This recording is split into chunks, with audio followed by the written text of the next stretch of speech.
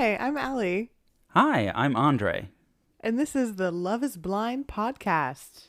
And we are here to look at the last episode that's been released recently, episode this 9 chunk. of this chunk. Yes.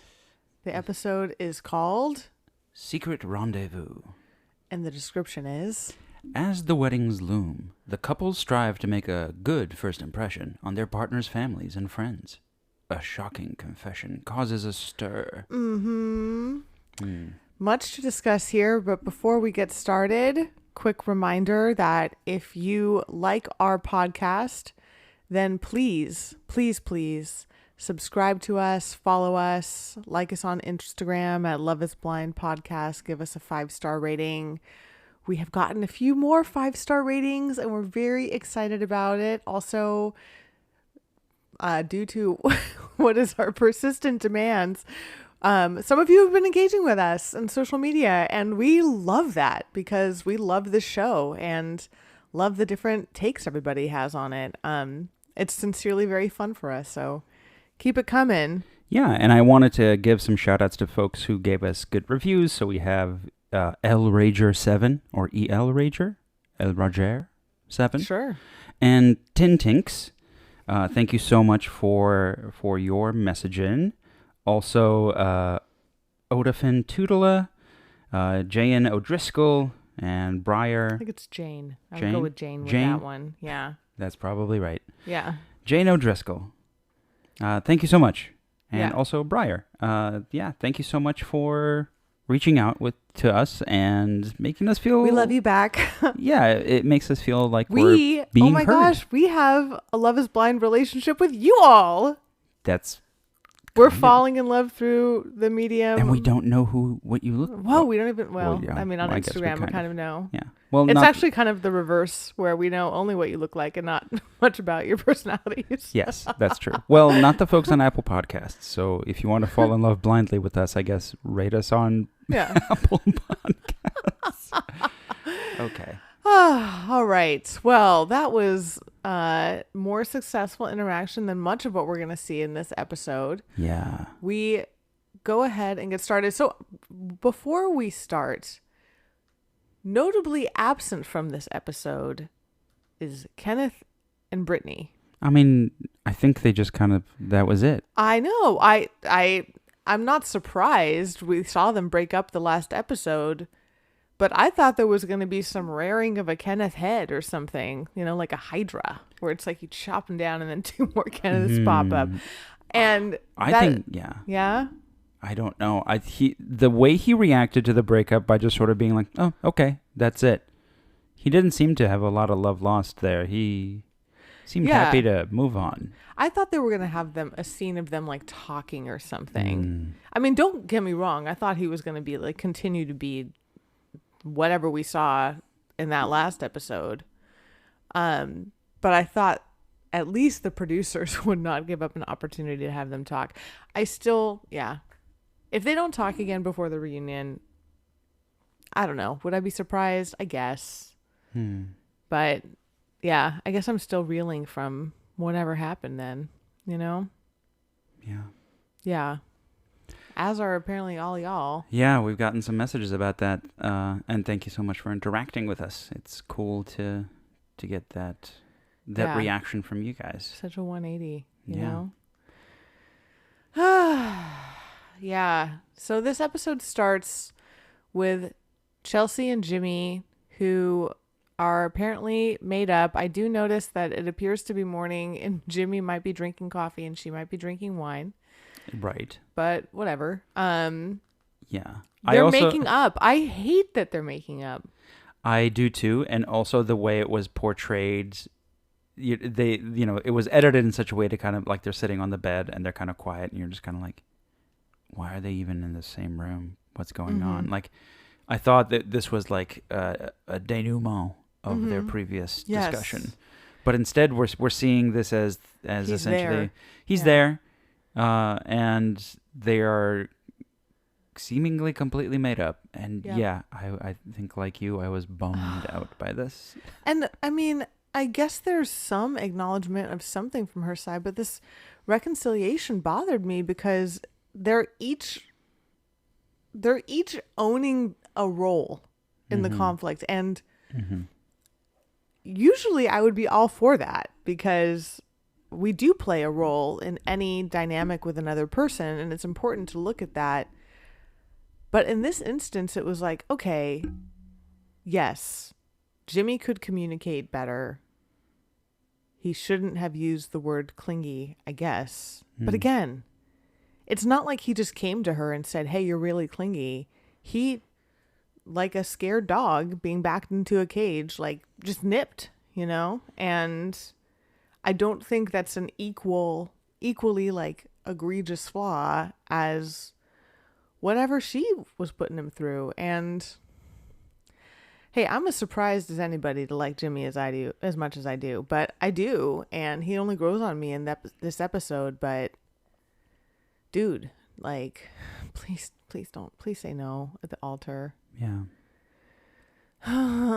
Yeah, I think not only have I started to like Jimmy more because I'm taking his side a little bit, but also look, I'm starting like he has two really nice I know. friends. I like that his best friends are two nice girls. Yeah, Yeah, and women. I keep getting taken aback by his smile, his really Yeah. charming smile.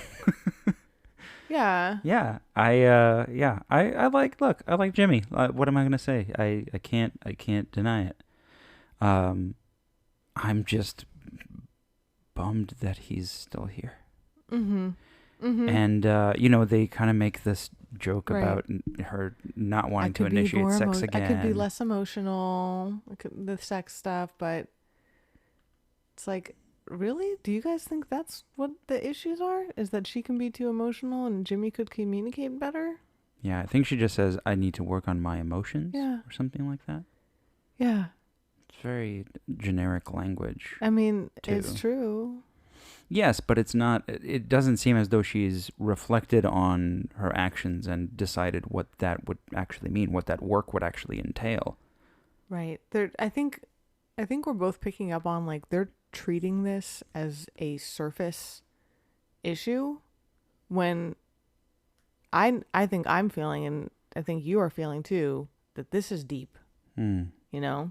And so they're just wanting to put band-aids on it all the time Mm-hmm. and get to it being okay again. And it's not. There's some still waters running deep with this couple. Mm-hmm. Yeah. Right. Yeah. I don't know. Do you have any other thoughts on them? Not on them. We're all tired of them. Yeah, a little bit. I'm tired of the dynamic continuing and not changing. I know. I really thought that was going to be the end of it. I really hoped. Mm-hmm. Yeah. It does make me wonder if there's some sort of incentive on this show to go at least through to the altar, like some financial incentive, you know. Right. But Jimmy. Yeah. Well, we move from Jimmy to Jeramey and Laura. Mm-hmm. We're having a discussion about family dynamics. Specifically, Laura's talking about her family and her parents who, despite the fact that, it seems that they have been in a marriage together for a long time, she doesn't like how they do things because she needs to have more fun. And Jeramey is trying to kind of point out, like, hey, not every day is going to be fun. Some days are going to be just like living. But yeah, you kind of immediately kind of start to get the sense that maybe Laura maybe doesn't like her family. Like maybe like doesn't like their dynamic, is just kind of, she seems a little bit, I don't know, like she doesn't like the model that they've set up for her. Mm-hmm. And then when they actually arrive, my gosh, do we get an idea of the dynamic between What's them? happening there? Yeah. Yeah. I also noticed in this scene that she's already setting him up to not feel good about himself, right? Like if I was just about to go meet your family before we were getting married, I would want you to be encouraging me, not over there talking about like, well, they could, most likely they'll be like, what am I thinking or something, like, Yeah. yeah, I still don't like Jeramey. I still don't think he's the worst. He's just, he's what he is. And last time, I remember at the end of the last episode, we were like, are they the strongest couple? That can't last. And indeed it doesn't. It doesn't. It doesn't. Yeah. Yeah, because when we do meet her family is like, Laura, we don't really like you. That's the vibe they're giving off pretty hard. Also, her mom seems cool. She was like, I love archery. But when she said that, I was like, whoa, cool. You're like, bye, Allie. I'm marrying Laura's mom. What I'm saying is that just like Laura's making her seem as unexciting. And here's Laura's mom loving archery. I thought that was kind of fun. Like a reaction from her mom to be like, I love that. That's cool. Mm-hmm. And yeah, you get a lot of the Laura's family kind of being like, hey, she kind of is the worst, isn't she? Laura's kind of awful, yeah. Like you're kind of having to put up with Laura. Okay, you're signing on to this. And yeah, they have essentially the same conversation with Laura too, when they seem to be taking Jeramey's side on like, things. Could you not be the worst with your husband, potential husband? Thank you. Even her sister's like, sometimes, I like the Hawaiian, or I don't remember who says the Hawaiian shirt thing, but they're like, maybe you should just get him a Hawaiian shirt because it's important to support what your partner's into. And Laura's like, I don't understand. I'm not having this at all. Yeah. Yeah. Well, she's like, those are the things that make that person interesting. Those are the things that they like. Also, this dog. Anyway. Yeah, but she's like, those are the things that like my husband likes. So even though I don't like them, I would get them for him because I love my husband and I'm giving them a thing that they like. Yeah. Like, and Laura's like, they could share Hawaiian shirts, and then after seemingly making it seem as though that's like a positive thing, Laura immediately then takes the next mean step and says, as in your husband should take all of Jeramey's shirts. I know. Her sister's like, no, what are you doing? Yeah. Her family comments on how Laura picks at everything. And I remember us talking about this, I want to say even in the pods, but it for sure by the time they were in the Dominican, that she's got that temperament or attachment or whatever, or personality that like, nothing's ever going to be good enough, and I do think that comes from, if we want to look at like her being a pursuer, that the underlying fear would be I'm going to be all alone. Right. But, or like I can't rely on anybody. I do believe that that's powerfully there for her. But it's a really not awesome way to get that need met. And again, like it's unclear how that came to be, Yeah. Like, I don't know. I have a lot of speculation. There's pain there, I think. And I have to have compassion for that. But it is not a good sign when your entire family is more on the side of this guy you met like 2 weeks ago that you're going to get married to than on your side. And that speaks to like her family. I get the sense that her family has a lot of conversations about Laura, about what a pill Laura is. Yeah. That does seem to be the case. And I mean, even in that moment, like you've been talking about how Laura will pick on things. The fact that she is telling her family, like one of the first things that comes up is the whole Sarah Ann thing. Mm-hmm. Oh yes. And is just kind of saying, hey, don't like him too much because there's this thing going on in the background. Yeah. I'm like, that's not a super great way of setting up your potential husband for success. Yeah. So it's just, she is not.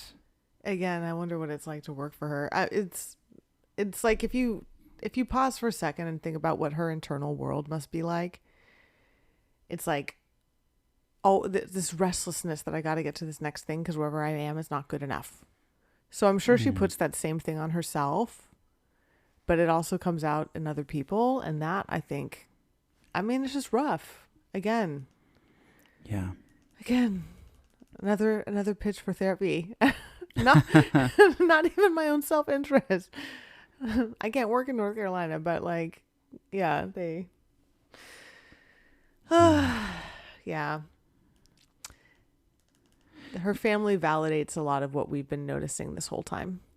Yeah. And also her sister makes a very solid point of what are you actually looking for here? What are the things that actually would bother you in the long term, rather than the things that you for some reason don't like? Because stuff like the Hawaiian shirts are just, she even describes it as, Laura describes it as like, ever since I was in like high school, I just found some things just gross. I'm like, that's not a super great, it's not very like, mature way of approaching the world. Yeah. Especially if it's just something, just as generic and broad as Hawaiian shirts. Notably, we see Jeramey getting upset, which could be foreshadowing. Foreshadowing for what happens later. But in the meantime, we go over to, I believe, the dance class. The dance class. Which Andre and I both commented when we were watching it that, like, whenever a TV show shows a dance class being taken, whenever you walk in, the instructors are like mid-dance. They're just doing a dip just as you walked. I totally forgot you'd be here. And that like never happens in real life. I just think that's funny. Yeah. And then we have what proceeds to be a very stiff dance lesson. I mean, it's cute and stiff. And I have to... Exactly. It's both those things. Ultimately, there's not much more to say about this scene than that. Right. It's cute and stiff. Yeah, the producers are like, they're getting along. Move it along. Yeah. Every time we ask them, they keep refusing to talk about condoms. So right. Yeah, okay, we get it, all right? You haven't had sex protection, all right, move it along. Okay. And so will we to Clay D in the introduction to Clay's mother and sister. Right, yeah. Yeah. And... they all seem to get along really well. Mom is asking like some pretty pointed questions, I guess. But to a certain extent, I feel like that's one of the two types of parents that we see on Love is Blind, is the parent that asks a lot of questions and the parents who are just kind of like, oh, great. Okay. I support you. Yeah. Sounds good. But we also, at least for me, I found out a little bit more about AD that I didn't realize. Maybe she's already mentioned. I didn't realize she worked at a nightclub. I didn't know that either. I think she's always portrayed as a real estate agent, which I guess she is. And I think she was a cheerleader before, right? Yes. Yeah. Yeah. So it sounds like she had a recent career transition.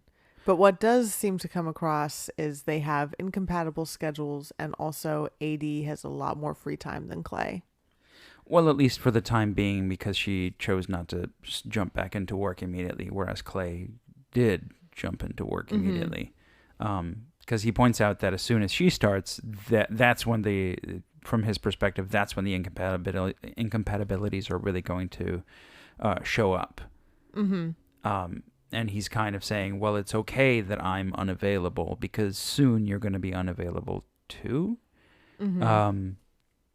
And yeah, it gets a little bit tense, with Clay kind of pushing back on this and saying like, hey, look, that's just going to be the way it's going to be. I have my business and I'm growing my business. And, there's this moment, I forget exactly what it is that Clay says, but he says something and both AD and Clay's mom just kind of go like, what? Oh yeah, he says, "What's the problem?" when he's describing like how his schedule isn't going to align with her, Mm-hmm. and his mom is just like, "I'm just gonna have a sip." Hmm. um, and you can tell that in this case, I think while his mom initially kind of says like, "Look, you gotta understand that Clay really has this thing about his business that Mm-hmm. he's put a lot of work into it and he's going to be dedicated to it. But Clay, you need to make time. Mm-hmm. If it Mm-hmm. matters, you make time for it." Mm-hmm. Um, and that seems to be, at least from my perspective, that's kind of the, like, she's approaching it by kind of like supporting him at first, so he's listening, and then kind of backs AD and is Mm. kind of saying like, you have to have this balance. I think it almost looks to me that she's like addressing all of it to AD, but from my perspective, the stronger message is to Clay, to say, you have to make time. You've got to make time. Hmm. If this matters to you, you're going to have to make the time for it. Mm-hmm. Because I think from AD's perspective, she's willing to put in the time, and Clay is the one who was kind of pushing back and was like, nope, I have my job, and that takes precedence. Mm-hmm. You know, watching this again as we're going through it, I agree with your assessment. When I first saw it, my takeaway was that she was giving AD a much harder time than Clay. But you're right. There is this whole piece about you still have to make it a priority. When I first saw it, my takeaway was he's got a business he really cares about, and it's not like you have to get on board with that. But yeah, I think you're right. There's at least equally this part about and still make the time. Yeah. What do you think? Generally, incompatible schedules is one of those things on Love is Blind that is usually kind of glossed over. I'm thinking of, like, for example, Lydia and Milton, Right. where it was like, I'm going to have to work 24/7 the whole time we're in our corporate housing. And Right. it was a fight, and then you never heard about it again. But it is really a big deal. I don't think I could date somebody that was going to be coming home at 3 a.m. every night. I know I couldn't. Yeah, it would be certainly a different vibe. That being said, I guess I see that there are some individuals for whom that would work. Mm-hmm. Individuals for whom, they find equal amounts of joy in doing other things as they do with hanging out Mm-hmm. with their partner, and maybe having that independence feels good. I guess. Yeah. So I'm not saying like, I don't think that would work for me. I just think that I can certainly see how for some folks that might be almost an ideal situation, where even if you have an almost opposite schedule, they're going to be a little bit ships passing in the night for a lot of the week, and then they get presumably weekends to spend together, Mm-hmm. So I guess that's the reality for a lot of couples. And I suppose if you are in love with somebody in a way you've never felt before and you want to marry them, and especially for AD, it seems like that's not going to be her long-term role. It seems like she's transitioning more to real estate, then you would like tolerate it for a while. But it is certainly right that would be very impactful. Right. Especially with Clay's concerns about fidelity. Yes. Yeah. And His own fidelity. it's a lot of time to not be around each other. Yeah. But in true Love is Blind fashion, it gets glossed over. I do, before we move on to the next scene, I remember also noticing Clay seeming surprised by how much of an issue that this seemed to be to AD. Right. That he was like, yeah, of course I'm going to work on my business. Yeah.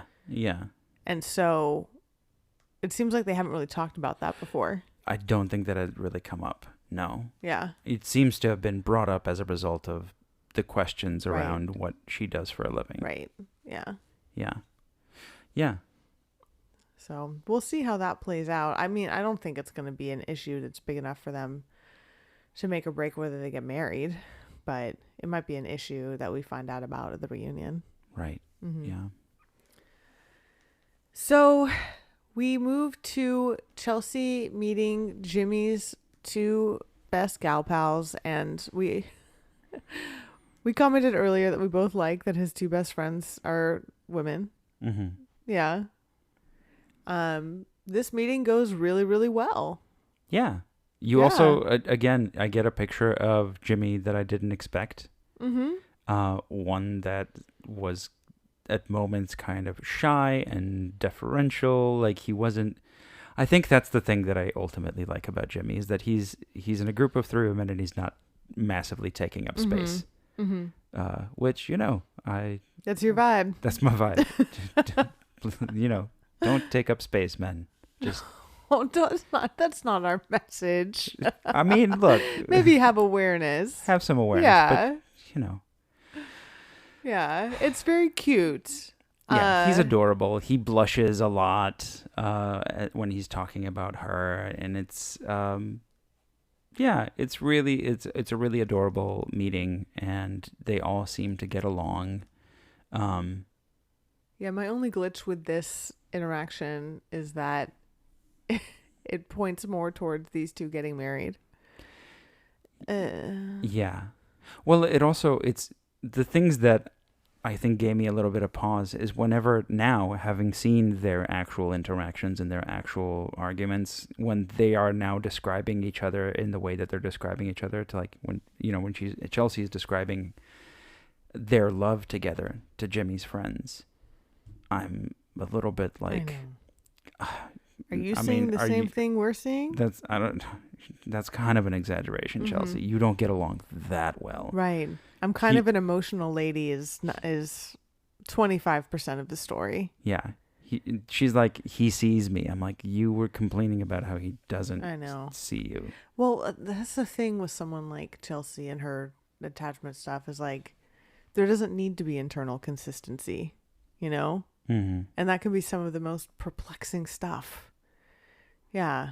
Like, I really do think she goes into a super dissociative state when she's in that fight mode and really can't can't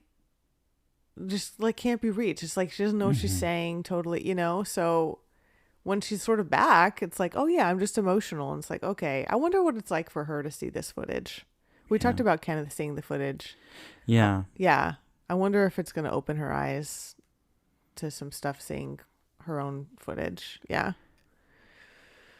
I hope so. Because she doesn't seem like a bad person. She seems like a good person who's just needs to find better ways of getting her needs met, than pushing and trying to get someone to prove that they love her again and again.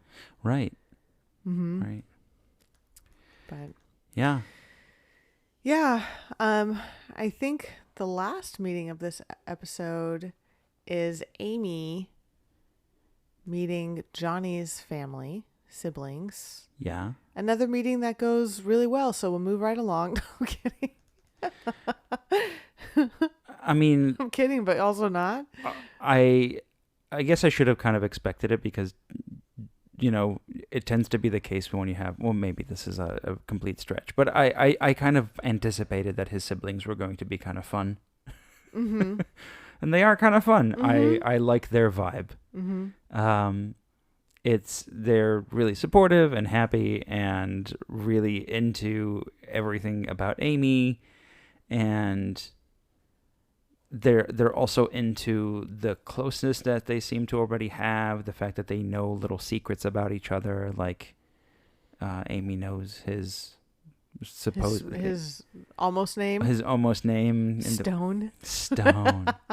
I love that. Yeah. I love that his name was almost Stone. Yeah. So yeah, it's overall a cute meeting, and genuinely, it's kind of a bummer that we're kind of jumping. I know. We're in a scene where things are actually going I well. Stay with the good.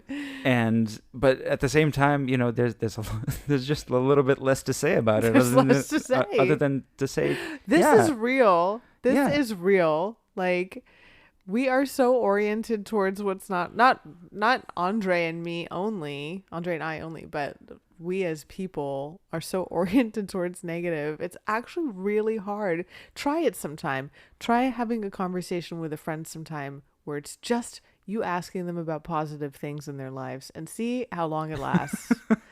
Not long. Hey. I feel this pain every time a client comes in and had a great week. I'm like, oh man, this is going to be the longest session ever. It's true though. And I mean, it's important. It's something we should build on. Like it is an important skill to learn how to stay in the good, but not one we'll be practicing now. I am so happy before we jump to the last scene that we have more than 2 couples right now. Right. And that Right. one of those couples is not Stacy and Izzy. Yeah, that is nice. Oh, it's so much nicer. Yeah. Right. I agree with that. I agree with that. So. Yeah. By the way, in this, the 3 people that come over.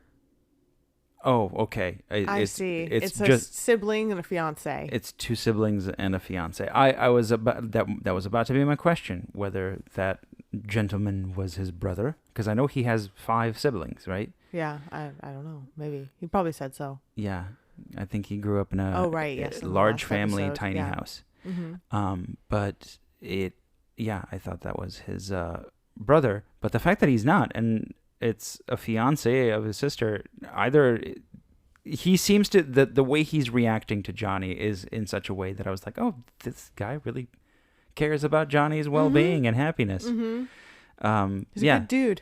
Yeah. He's a solid bloke. Bah. He's a solid bloke. Bah. Right. Okay. Which brings us to the finale of this. And the reason for the episode title. The secret rendezvous between Jeramey and Sarah Ann. Yeah. The rendezvous that Laura seems to have. That launched 1,000 ships. Yeah.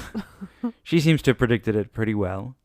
Also holds her cards close to her chest, vest. Have we decided if the expression is close to the chest or close to the vest? If you guys know, please message us. Yeah. Is it cards close to the chest or cards close to the vest? Let me Google that for you. But she keeps the information of knowing exactly where he was until the very end, in a very kind of almost a dramatic reveal, in a way that I was like, that was well written.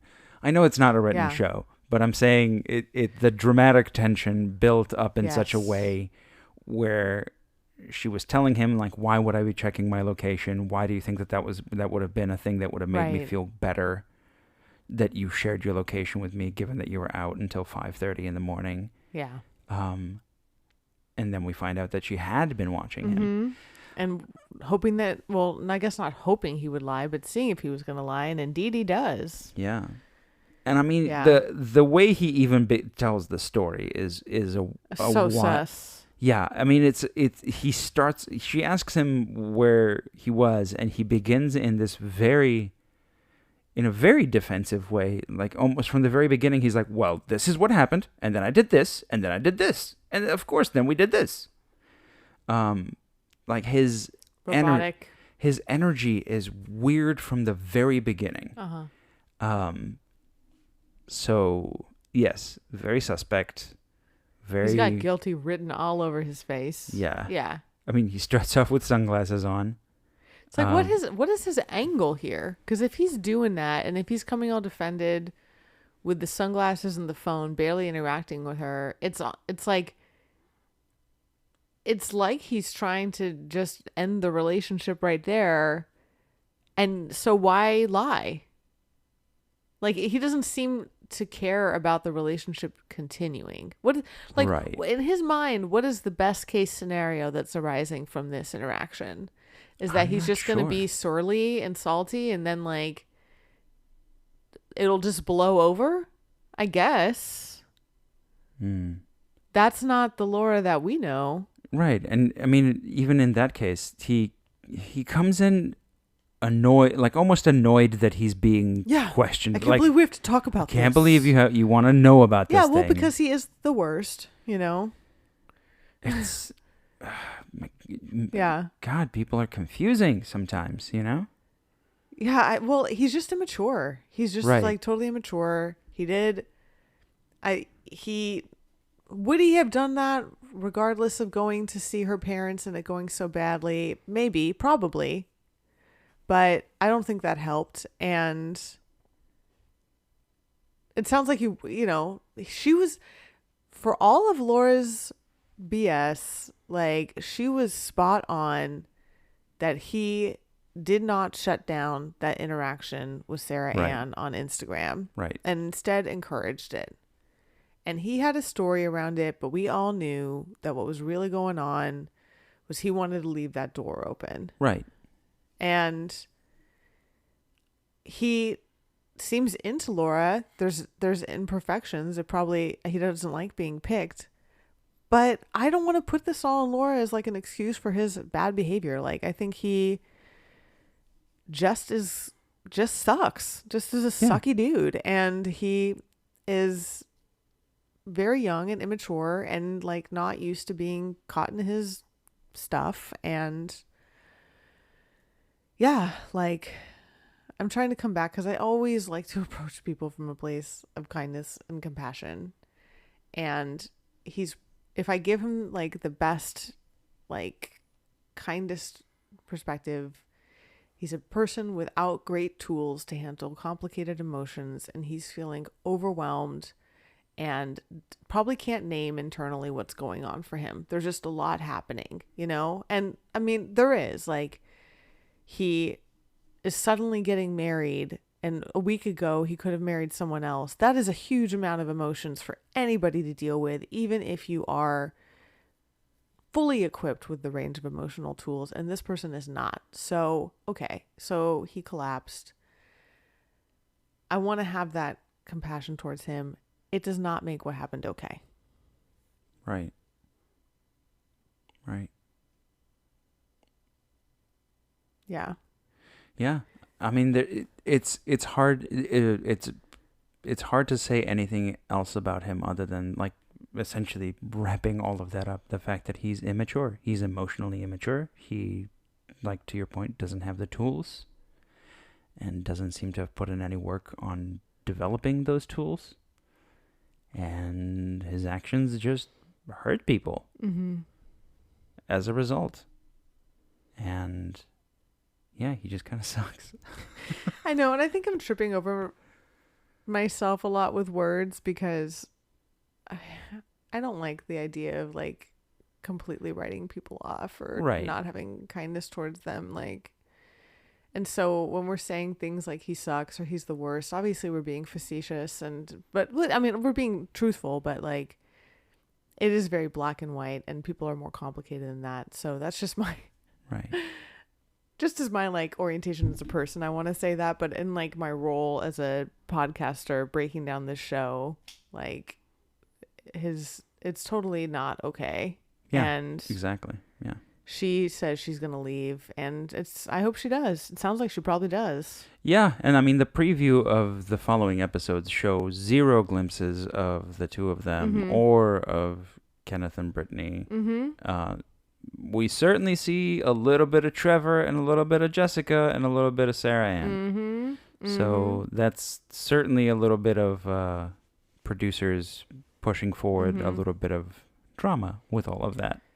And we see a scene of Chelsea telling Jimmy, I know you slept with her or something, which you and I, when we both saw that, were like, I'm guessing he didn't. And this is another Chelsea's in her story. Right. We'll find out. I mean, but my guess is that's what happened. Right. I am assuming the same. And the one other thing I will say from this preview, I'm a little sad that Trevor got rid of his mullet. I know. He looked really adorable with that mullet. Oh, Trevor. Oh, her baby. Oh, Trevor, you're back. Oh, Trevor's like the Chris Fox, except without finding out the bad things about Chris Fox later. Probably because we haven't spent any time with Trevor. Yeah, right. Everybody's great from our projections. You know? I'm sure if Trevor had gotten picked, we would have had 3 episodes of this podcast. This guy sucks. Trevor sucks. Trevor's the worst. What? Get off your phone, Trevor. Stupid mullet. I'm, I'm, I'm so sorry, Trevor. I don't. We love you. Come we back. love you, Trevor. We're so sorry. Yeah, we're so sorry. We take it all back. Anyway, that is a wrap for this batch. Until next week. Again, if you like us, please follow us, subscribe. Give us a thumbs up. Write a comment on YouTube Music or review on Apple Podcasts Or Spotify. Or Spotify has the Q&A at the bottom of the episode. You can answer, how was this episode? And appreciate Andrei's new cover art that he made. Oh, thank you. Yeah, it's really awesome. You did a great job. Thank you. Yeah. Yeah. So some new cover art for you all too. Oh. And connect with us on Instagram. So Love is Blind Podcast. And sponsor us. Okay. Thank you. Thank you. Have a good one, y'all. Till next week.